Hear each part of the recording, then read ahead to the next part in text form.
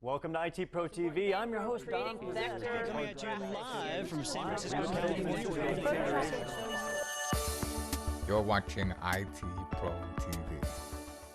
Hello, and thank you for choosing IT Pro TV, helping you learn wherever you go. I'm your host, Zach Memis, for compTIA Net Plus, and this is going to be ports and protocols this episode, and the person who's bringing us all the information we need is the one and only IT expert himself, Wes Bryan. Hey, how you doing, barely get that one out. Yeah, there we go.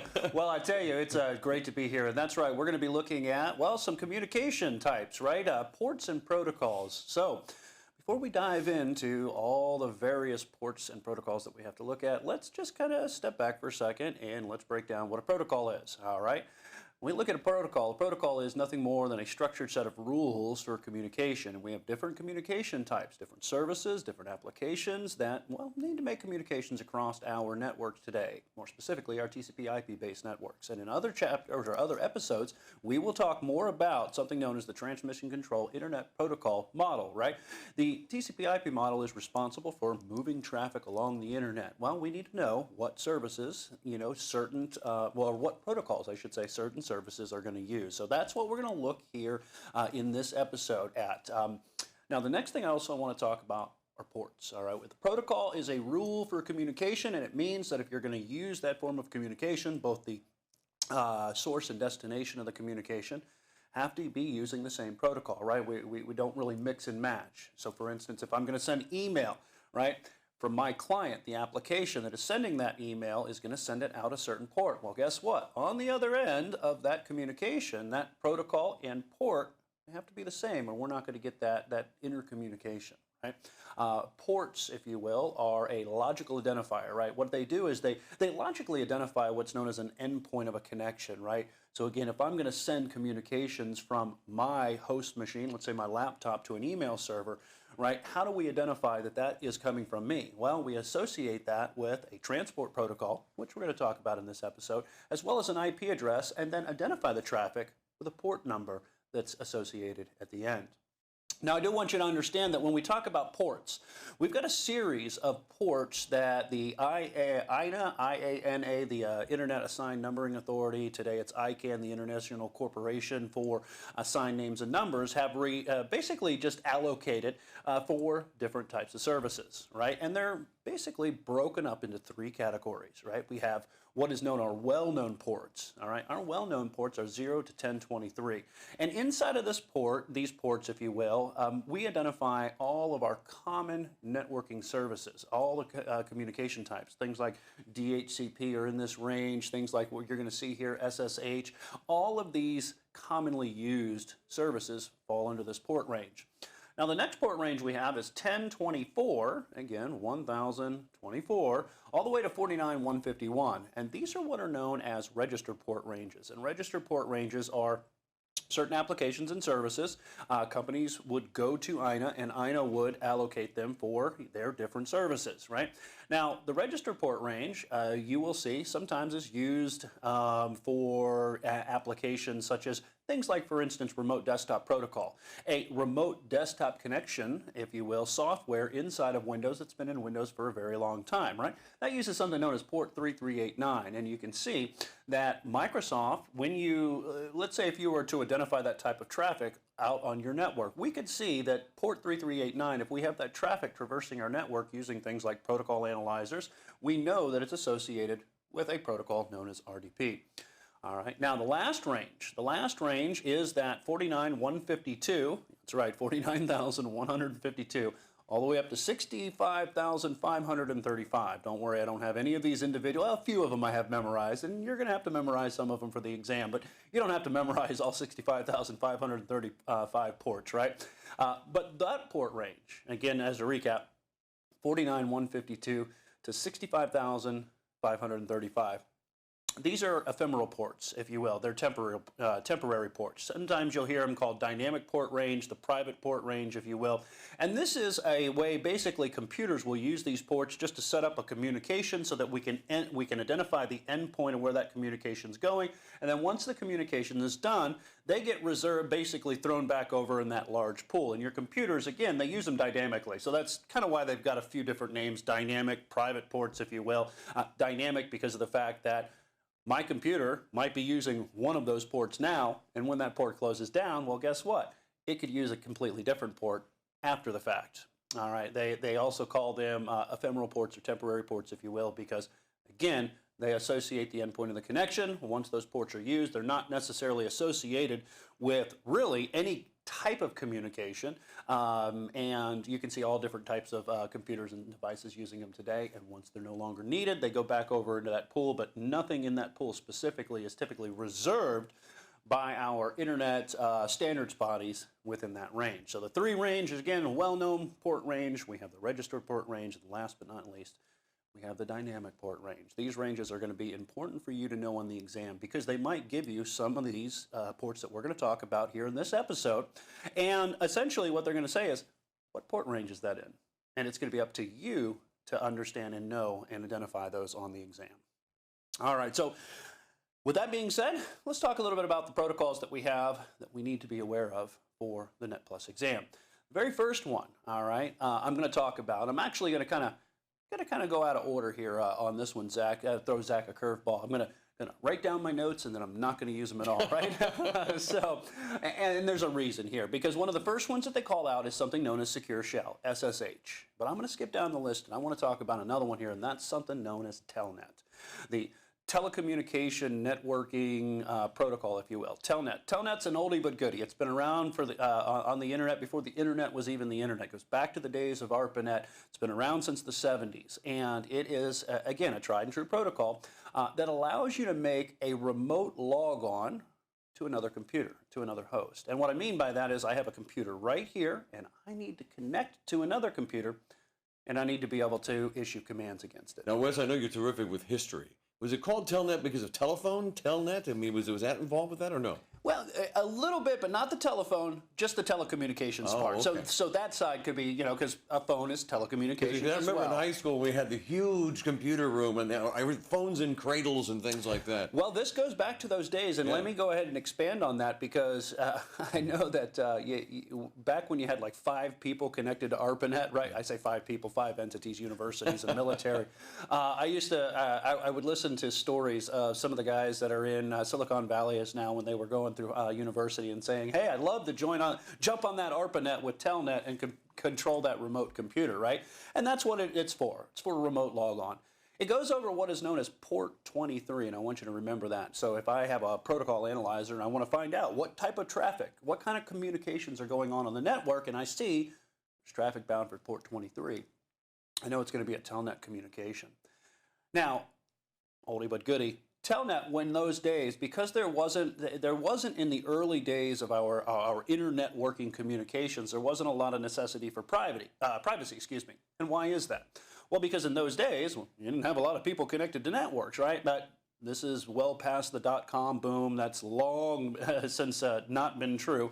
And that's one of the drawbacks to Telnet. Telnet, as a terminal emulation software, it sends its information in plain text, right? And what we mean by plain text or clear text, as we'll talk about a little bit of security in these, through Network Plus as well, is the fact that let's say I'm sending commands to, and Zach, we're gonna play a little make believe here, right? I'm going to send communications to Zach, right? And I'm going to do it with Telnet, and I'm going to issue some commands. Maybe it's a file transfer, or maybe it's just, a remote command on it. Not really a file transfer, but maybe it's just a remote command on that machine.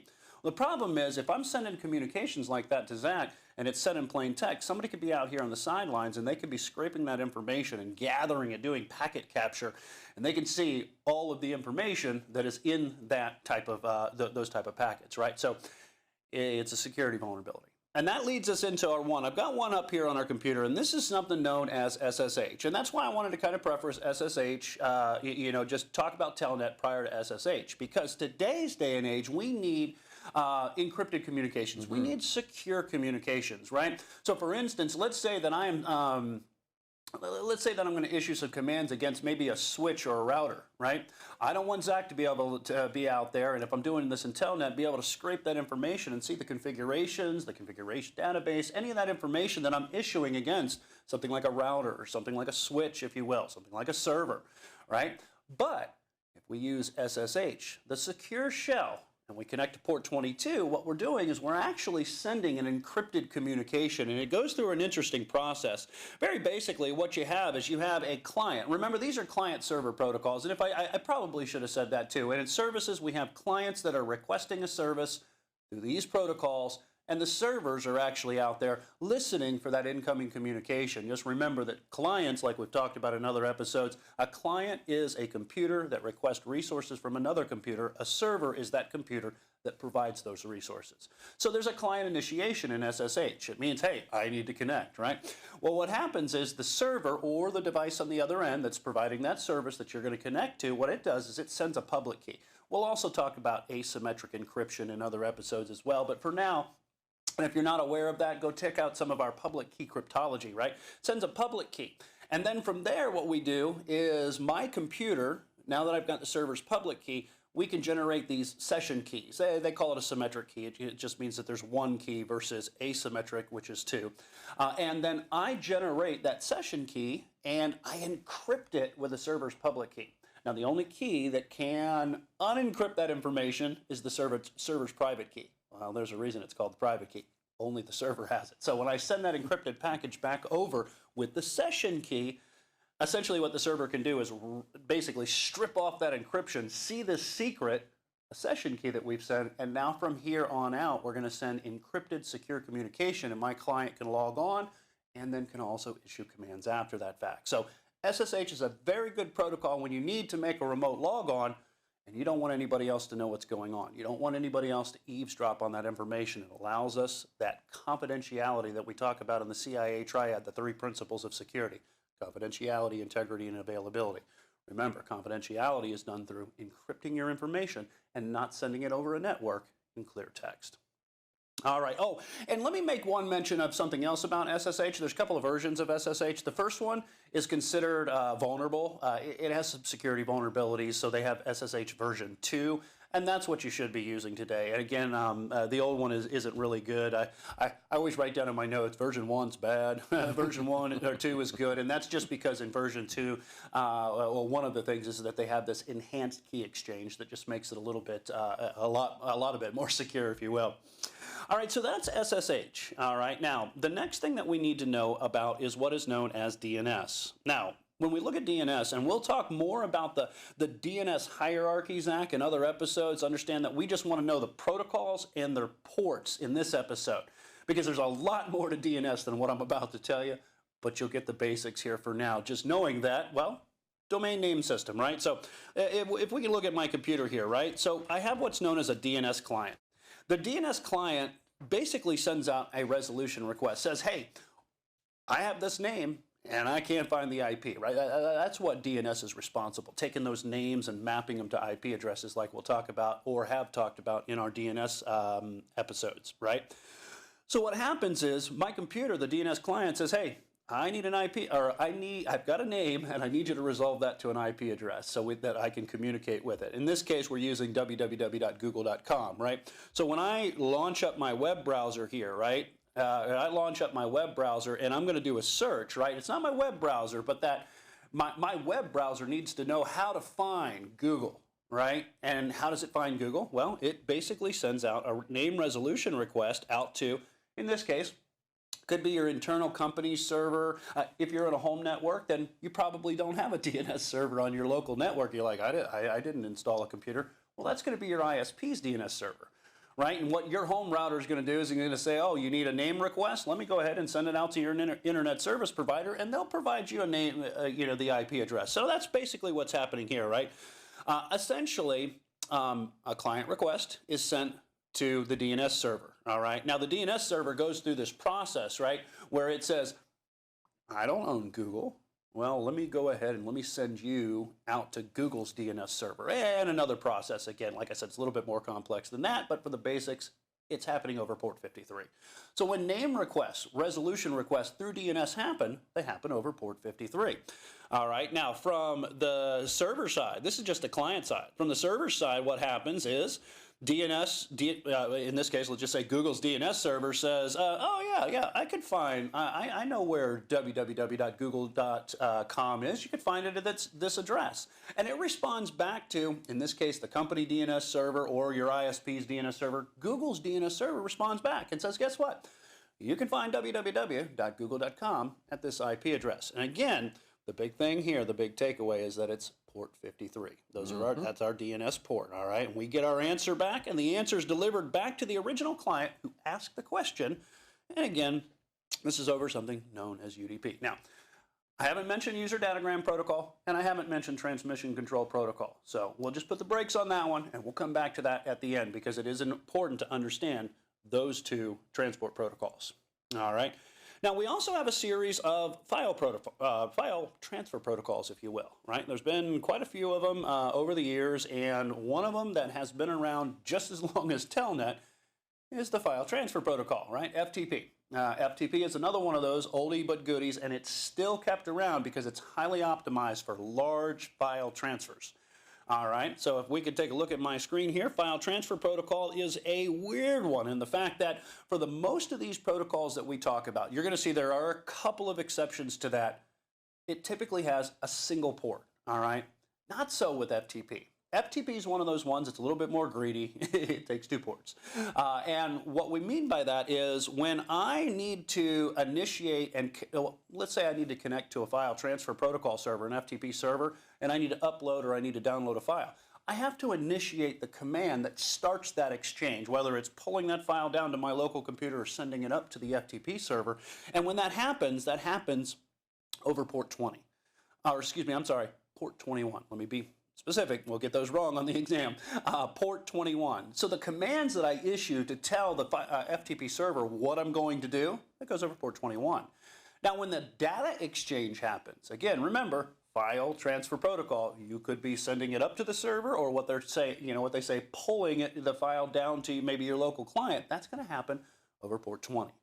So keep in mind, two ports. And I always remember this on the compTIA exams when I was taking it, data over commands, right? 20, 21, data over commands. That was just something that I did. Again, use your memorization techniques on this one because, well, unfortunately, when it comes to the port numbers, it is just sheer memorization. All right, so that takes care of one of those protocols. Now, FTP, just like Telnet, also has a vulnerability. Again, because when FTP came out, understand that we didn't have a lot of entities on the backbone of the internet, let alone it even being called the internet at that point. So, what's its issue? Just like Telnet, it is a clear text protocol. Plain text, right? That means, again, if I'm loading a file, maybe it's a sensitive document, and I'm loading it up or transferring it up to the file server, well, guess what? If Zach's out there with a protocol analyzer, he can be out there scraping that information, and guess what? He can break down those layers of the OSI model, and he can potentially see the information that's in there and gain access to the data. So what we want to do is we want to go a little bit farther with our file transfer protocol, and there's something known as SFTP. All right, now be careful, all right, SFTP. Sometimes you'll see it abbreviated, you'll see other abbreviations, I should say, that look just like it, right? SFTP is Secure File Transfer Protocol. But there's also an old one called Simple File Transfer Protocol that's completely obsolete. I don't want you to worry about it, but it's got the same darn acronym. We're not shy of acronyms here in the Net Plus series. The other one that I also want you to know about is you could see it, if they're not talking in the context of protocols, screen foiled twisted pair. This is basically a type of category cable for Ethernet networks that has a lot of shielding in it, and sometimes I've seen it abbreviated that way. Just want to help you out with your acronyms. What we want is Secure File Transfer Protocol. So what is happening? Remember our little protocol we started out with, SSH, how it encrypts communications between endpoints to do things like remote logons? Well, guess what? We set an SSH tunnel up and we connect to that FTP server. That's it. We pulled the blinds down on anybody that's going to be trying to gather our information. So if we could take a look here, an SFTP client starts what's known as an SSH tunnel. All right, and that's that encrypted tunnel, no different than SSH. And then when we connect, all of the information that we're either transferring to the FTP server or pulling down from the FTP server now becomes encrypted. And guess what?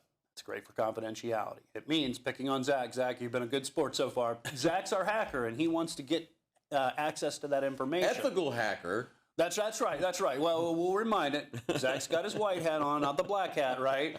But and all seriousness, though, keep in mind you want to be using something like SFTP.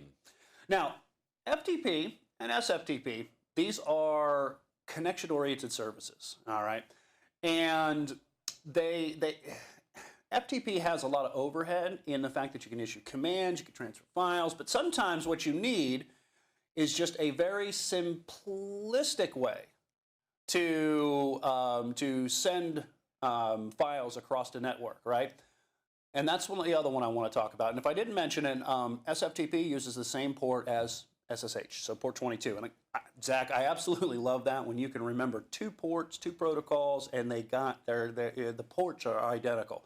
SSH, and if you need to remember SFTP uses SSH, so you can remember it also uses its associated port.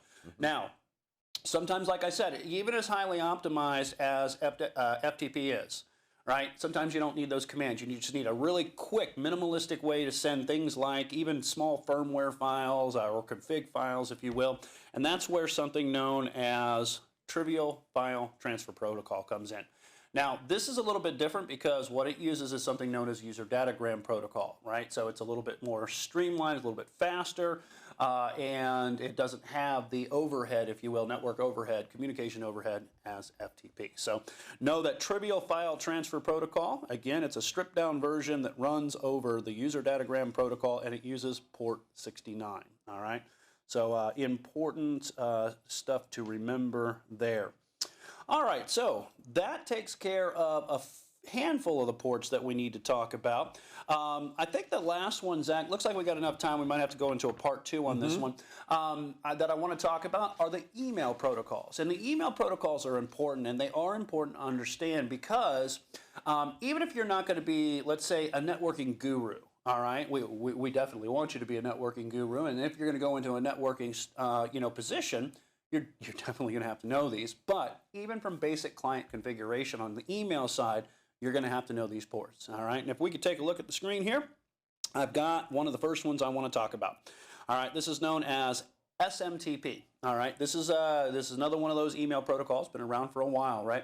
This is what's known as the Simple Mail Transfer Protocol. All right. Now, I want you to pay attention to the direction of the arrows, right? Because this is one that you might overlook if you're not paying attention, close attention, all right? Sometimes I get these arrows out here and it looks nothing more than like a, I don't know, a roadmap to downtown New York. But in this case, what we're talking about is we're actually sending information outbound to the server, right, over port 25. Simple Mail Transfer Protocol is responsible for forwarding traffic from a client to a server. And the other thing I want you to understand too is notice that we have an SMTP server here and an SMTP server here as well. Well, why do we have SMTP being forwarded between servers, right? Well, guess what? Servers also use port 25, and when they're sending SMTP, that means they're forwarding traffic. So if company A has an SMTP server and company B has an SMTP server, guess what? From server to server communication, rather than just the client, you know, a little piece of software running on my client here, they're also going to use port 25, all right? So port 25 for sending email, SMTP. All right, and the reason I make mention of that is because that is in a contrast to the next one here, Post Office Protocol version 3. I don't know what the heck happened to version 2, but we've been on version 3 for a while now. Post Office Protocol version 3 is what POP3 is. Now, notice the direction of the arrow in this one. All right, it's a little bit different here. All right, this is for retrieving email. All right, this is for downloading your email. POP3, and I'm always going to say POP v3, but POP3 is what I would use to connect to an email server, pull the email or retrieve it, pull the email down from the server to my local hard drive. Now, I do want you to understand that POP3 has a specific port as well. All right, if you're going to connect to a POP3 server, you're going to be connecting on port 110. Again, remember, identifying the endpoint of the connection, right? That's what those ports are there for. It is retrieving email, though. There is one thing that you got to worry kind of about. There's a little concern over POP3, and that's the fact that when I download or when I connect to my POP3 server or a POP3 server and I download my email, guess what it does? It erases the copy of that email off of the server.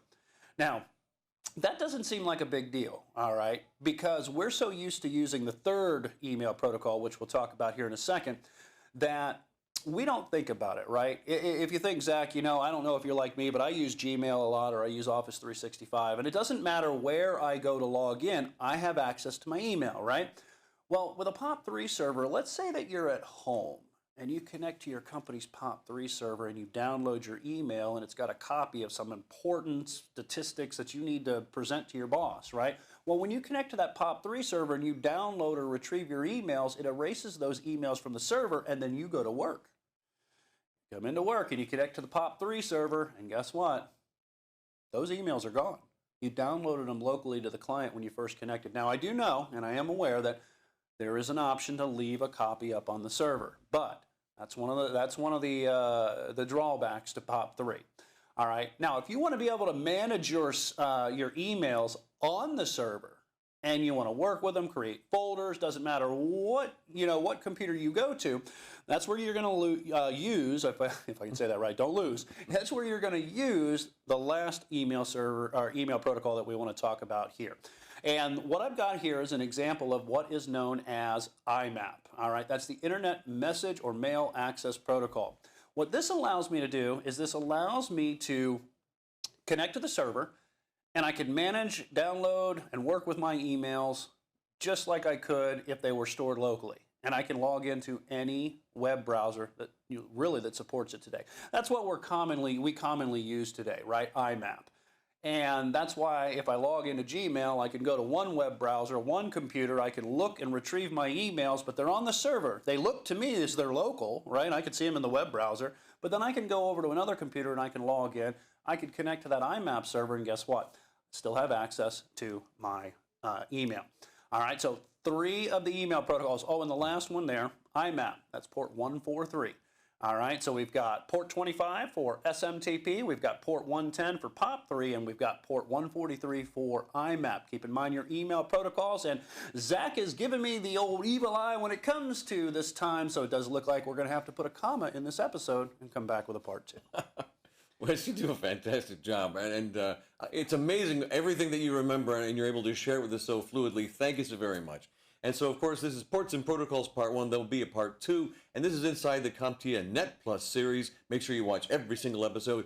Course library, hundreds of videos are there, and they're all designed to help you go further. Check that out, too. And tell everybody you know about IT Pro TV. They'll be very happy you did. Thanks for watching. I'm Zach Memis. And I'm Wes Bryan. And we'll see you soon.